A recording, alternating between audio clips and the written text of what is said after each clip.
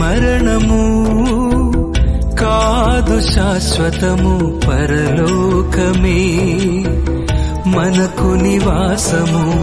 ఈ మరణము కాదు శాశ్వతము, పరలోకమే మనకు నివాసము.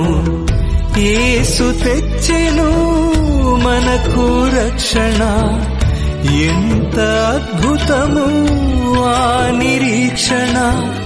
యేసు తెచ్చెను మనకు రక్షణ, ఎంత అద్భుతము ఆ నిరీక్షణ.